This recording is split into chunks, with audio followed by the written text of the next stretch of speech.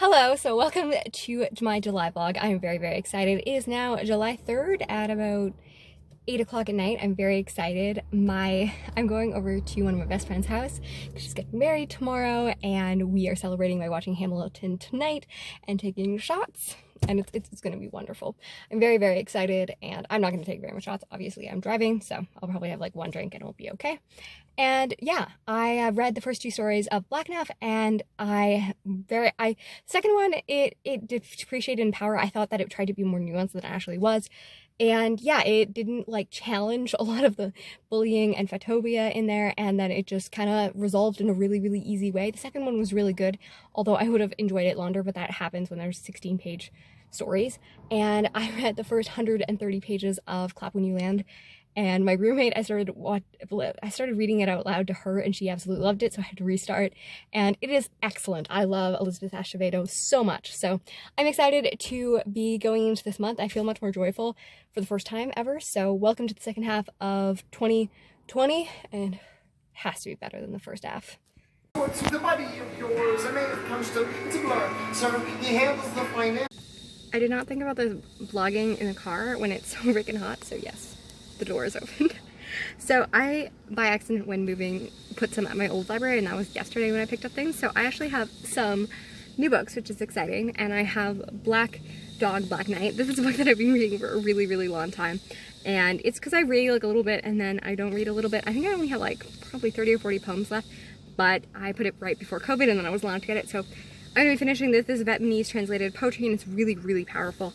I still go back to the beginning and like the first poem every time I get it out from the library and read it because it's really good. Then I have The Invisible Man. I got some of other Ralph Ellison's, but this is a book that I've been wanting to read for a really, really long time, so I'm excited. And then lastly, but not least, I have Nakabo's favorite color is mauve, and this is a book that still has my name on it.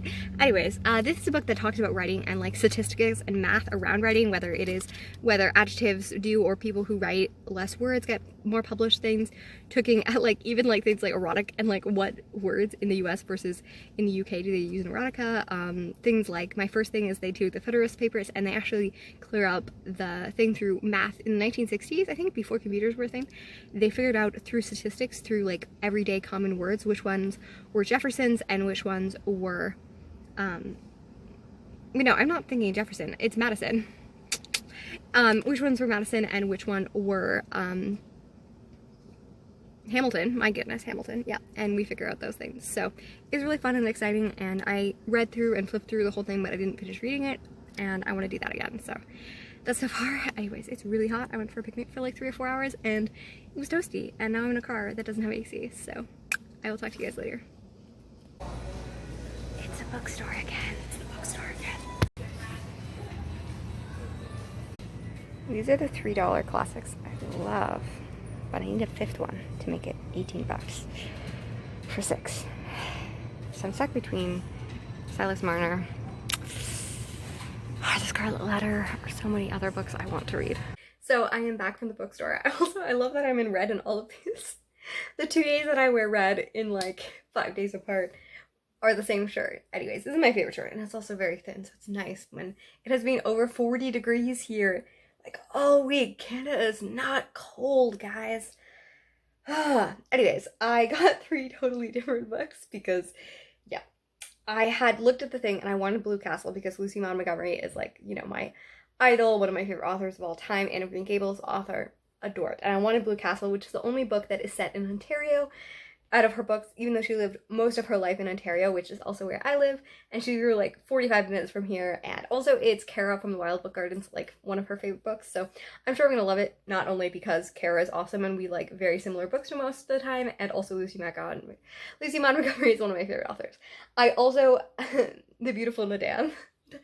Yeah, I've wanted to read F. Scott Fitzgerald's works for a really, really long time, like since the first time I read Great Gatsby in grade 11, which was 2013, 2014, somewhere in there. Anyways, I loved this book so much, and I'm rereading right now, and like it's interesting because like some books, like for instance like To Kill a Mockingbird and like Hamlet, and I know I like them, but like I'm like, well, I still love them, so I think I like gave them probably like 4 stars, but like this book, I love it. It's definitely a 5-star book when I read it back, and I think I will enjoy it more as an adult than I ever fully understood it as a teenager. But I know that some of his works gets very questionable. That is a massive wasp. Very glad I have a window. Anyways, yeah, not all of his books are loved. Like, for instance, Jasana from Jasana C, she's like, she loves The Great Gatsby. It's one of her favorite books, but hates, I believe, The Beautiful and the Damned, or it's otherwise This Side of Paradise, because they're like just, they're the rich couple that just, they live beyond their means because they have a lot of history and they don't actually have wealth behind. I also got The Ambassadors by Henry James. I'm so excited. So I read Daisy Miller, which is a book that I loved.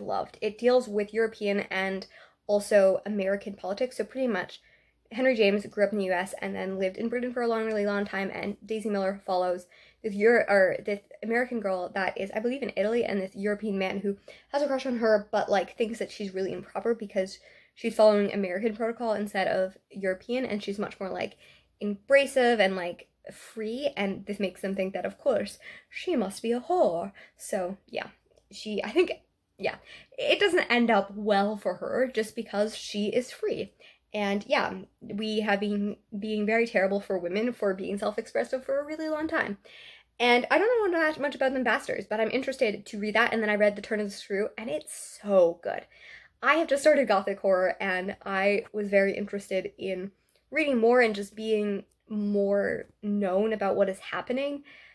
But this book blew me away, and it's one of the most ambiguous books ever, and I am so happy that I read it now. And like, it's 30 years old, and there's still so many conversations about it, and people don't know the end because he almost like purposely made it ambiguous in his lifetime by giving different accounts to different people, by publishing it rather than a ghost story. And we don't know if it's supposed to be real or imagined, if it's supposed to be delusional or trustworthy, if the narrator is a terrible person or like perfection, if the children are terrible or perfection. And it's so beautiful, and I adore it. So I'm very excited to read The Ambassadors. I think it will be different than both of them. And then I also have 12 Years a Slave by Solomon Northup, which is a book that I've loved. It's a nonfiction book that follows this man who was kidnapped when he was hired as a jazz musician, and then, nice shade, love that. Anyways, he was hired as a jazz musician, and then the people that hired him kidnapped him and moved him to the South, where he was a slave for 12 years before finally a man helped him prove that he was indeed a free man and was born to a free woman. And yeah, they did this. And then I have The Narrative Life of Frederick Douglass, which is, I believe, another slave. He is a black man that was very prominent during abolitionist movements and stuff like that. So I'm very interested to read his story as well. I've been meaning to for some time. So yeah, these are the 6 books that I started If Bill Street Could Talk because it has one day left on the audiobook. And it begins with this woman who is talking to, I think, a friend in jail. And she doesn't tell him in jail first. They tell him about a conversation and then talks about the fact that they're sitting on a bench and they have glass separately and they can't hear each other, so they're using telephones. And then she says, I really hope no one ever has to see someone they love through glass. And that is such a gorgeous line to parallel an entire experience. Like, it's obviously not inclusive of every experience and everything, but the fact that as a person who's white, I never have to really worry about seeing my relatives through glass, people I love.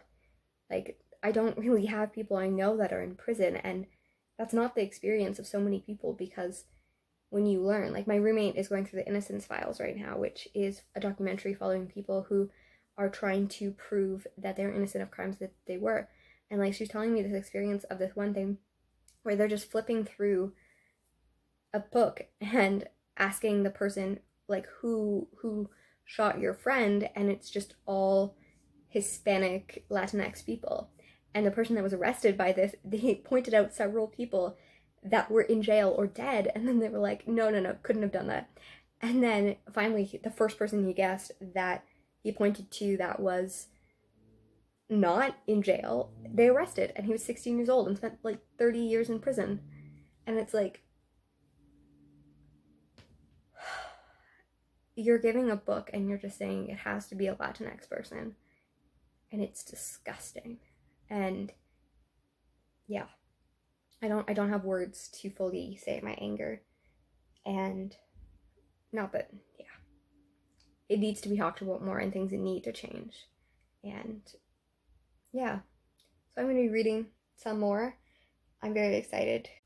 So we are approximately 5 minutes later, and my goodness, this book is fire. I've already had a moment where I'm like twice. It's like the jail thing, and then it's like another thing. Like, again, we're 5 minutes in, so it doesn't really matter if I spoil it. But like, I think that people should just read this, especially in audio, because you can't see what's happening, and then suddenly it's like, wow, I need to read more James Baldwin. People have been telling me this for years.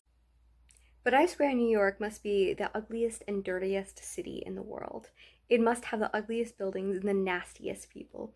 It's got to have the worst cops. If any place is worse, it's got to be so close to hell you can smell the people crying. And come to think about it, it's exactly the smell of New York in the summertime. This book, so savage, and I love it. Also, we got to be what the other missed. I'm really, really loving this book, and I'm 25 minutes in still, and it is so good, and it just cuts, like, emotionally, but also really realistically, without any, like, great prose. Like, it has, like, the little simple prose that cut you, but most of it is just, like, straight fire, and I'm loving this book. So this is going to be a very different, like, abrupt change. So last night I found out that one of my childhood friends died, and obviously there's a lot of grief and a lot of silence, and I spent almost 24 hours now not speaking or being able to voice. Like, the sound of chewing or anything has been very loud and disruptive in my mind. And it's interesting how grief manifests differently in every time you have it. This time it's just quiet and reflection and looking at life and how the unpredictability of change, and sometimes that needs reverence. Though I've mostly just been staring at ceilings and reading my Bible and thinking. I've also been doing a little bit of reading, and I don't know how to go back to Clap When You Land, which deals directly with grief at this moment, or If Beale Street Could Talk, which is very emotional, but in a very different emotional. So I went back to Comfort, and I started The Blue Castle, which I got yesterday. I'm about 40 pages in right now, and this is one of Lucy Maud Montgomery's only adult books, and it is her only book, I believe, in Ontario, and it's set right near me. And it is about the 29-year-old woman who is single and has been single her whole life and has never had a beau or anything like this, and her family is very mean to her and uses her as a butt as an excuse, and she's very afraid of ever seeing herself, and she's quite envious and looking toward life and not really sure what life is. And I think it's a very real exploration of what a lot of people feel but never say. And yeah, although it does have humor in it, in the way that Lucy Maud Montgomery has this like dry humor when she says things. And I've been reading more Canadian books lately and noticing that there's something familiar and beautiful in it. And I noticed this especially, like, things like my grandmother says in this, and it brings me comfort. And I'm not so sure, because Lucy Maud Montgomery came into my life at like 10, 11, that whether I feel this way because Lucy Maud Montgomery put it in my heart, or because I fell in love with Lucy Maud Montgomery because it was already so familiar to me. I'm not sure. I think it was a little bit of both, maybe, but this book, in its phrasing, in its story, it speaks to me in the innermost part. So even though I don't know what comes next for me figuring out my emotions about this, I'm going to be reading this and mostly staying quiet, I think. So I definitely have some confusion over emotions. It's hard to like laugh and enjoy a story when you're also doing it for comfort, but when I laughed for the first time, and I laughed, and I don't think I was used to laughing again, so I started choking, and this is the line. Was it for this that I suffered the pangs of motherhood? She rivals Mrs. Bennet for her absurdity and self-centeredness in regards to motherhood. Oh my goodness. I am 128 pages in. I'm very, very much enjoying this book. It is very sorrowful and then takes like a very like left turn, but I love that it like summarizes some things that happen and then it goes into it, and like she'll say something that happens, like it begins with like, if it had not rained, her life would have gone on as normal and Dr. Trent would have gone to Montreal. And then it's like her first time that they thought she was crazy, it was at the silver wedding. And it's like things like that. And it's just very, I don't know, I love that she tells you what's happening and then the way that she talks about it is hilarious. And it actually does a lot to do with like sexism and even mental health and stuff like this. And I'm very much enjoying it. I'm subverting expectations of what you think they should be. So I'm really enjoying the fact that this is an adult work by Lucy Maud Montgomery and exploring things that I wouldn't have really thought that they would explore in 1926 because, propriety and all of that. But yeah, for a female character in 1926, she is very interesting, and I'm very much enjoying this. And I relate to her in some areas and not in other areas, but I really enjoy. It is now 7 p.m. on a Saturday, and it's the 10th. I think this is going to be near the end of the vlog. I will probably give a wrap up for Blue Castle when I finish it, about 50 pages left. And it's very interesting because it changes plots several times, like about every 50 pages. There is a different reason, but I like it. It's unpredictable, and I love when the sun shines through things when I'm talking. My grief is interesting. I found out today that what I assumed with that it was a suicide, because when people don't mention the reason for death, it's almost always suicide, because we're not very good at talking about it even after death, and that's something that needs to be talked about more. There's so many people that deal with suicidal ideation or attempted suicides or suicide as well, and we need to talk about this, but it's still so tabooed in society. It hurts. I think that it's settled for time. I think it will continue to spike me, but in many ways it's hard to deal with grief because you can't go back, you can't reverse. And even though I'm still devastated, there's two things in life that have made me think about the way that I consider life. I deal with a lot of social anxiety. I'm very comfortable in situations where I'm comfortable and I'm quite outgoing, but I think that this seeps out, especially into my talking online or things like that. I'm very uncomfortable. I'm not sure if I'm going to be accepted. And I have a hard time putting myself out there in places where I don't know if people will accept me. And there's someone that I'd lost contact with because I moved cities and stuff like that, and she's older than me. And I had a conversation with my sister as well about this, and I would have helped her, or we would have been friends with her, or like we'd lost contact, but that didn't mean that the love and the care wasn't there. Like, even something my sister said was that I wouldn't have known the evidence that she wasn't there without knowing, because we don't see her that often. But the thing is that we still feel the missing thing.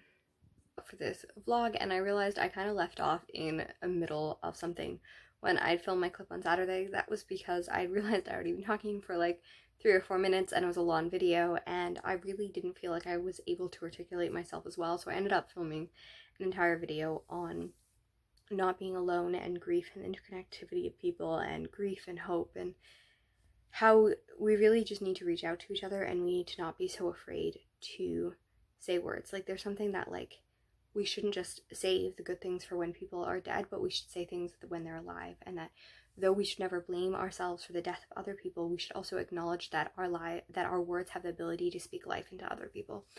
And yeah, that's kind of what I was saying on Saturday, and even though I didn't completely finish the thought, I still wanted to keep the clip in because I was talking about my thoughts at the time. And as grief goes on, you kind of have different feelings and different emotions throughout it, so I feel like I can't completely revisit any of those days of grief because they all have different ways as there comes to be the cycle of grief and the cycle of acceptance and the grief that continues and the hope of new life and conversations that are happening through it, while also grieving the old life and the person who's lost. So in all of that, I want to say I really did enjoy Blue Castle. I enjoyed the way that it wrapped up. I thought that part of it, like as I said earlier, that it flips genre several times through through the story about every 50 pages, and when I was about 70 pages to the end, I was like, I'm not really sure how this is going to conclude and like what else there is to conclude. And there was some twists and turns that I had thought, and 2 of them I had guessed and I think are pretty obvious, but the third one I was like, oh, that happened. And I think Kara described it as unnecessary drama, which I can agree to a certain degree, but I really love Kara. If you are not following her, you really should. She's one of my favorite people just to discuss books with, and yeah, and I appreciate having her always to discuss books that we like and we don't like and all of that. And yeah, I'm sorry about the like disjointed part of this. I feel like it's a really inconcise and really unconcise yeah video, but thank you for all your well wishes and your support and all of that well wishes. Anyways, but as I said in my other video, I don't need your support as much as I would really want you to support the other people in our community and the other people who need voices. I'm thankful for the support system that I have, and I am grieving well even when it's hard. So with that, I will bid you adieu, and I will thank you for joining me on this very weird journey of the last 2 weeks, and happy reading and writing. Tell me which books you've been enjoying over the beginning of July, and I will see you next time.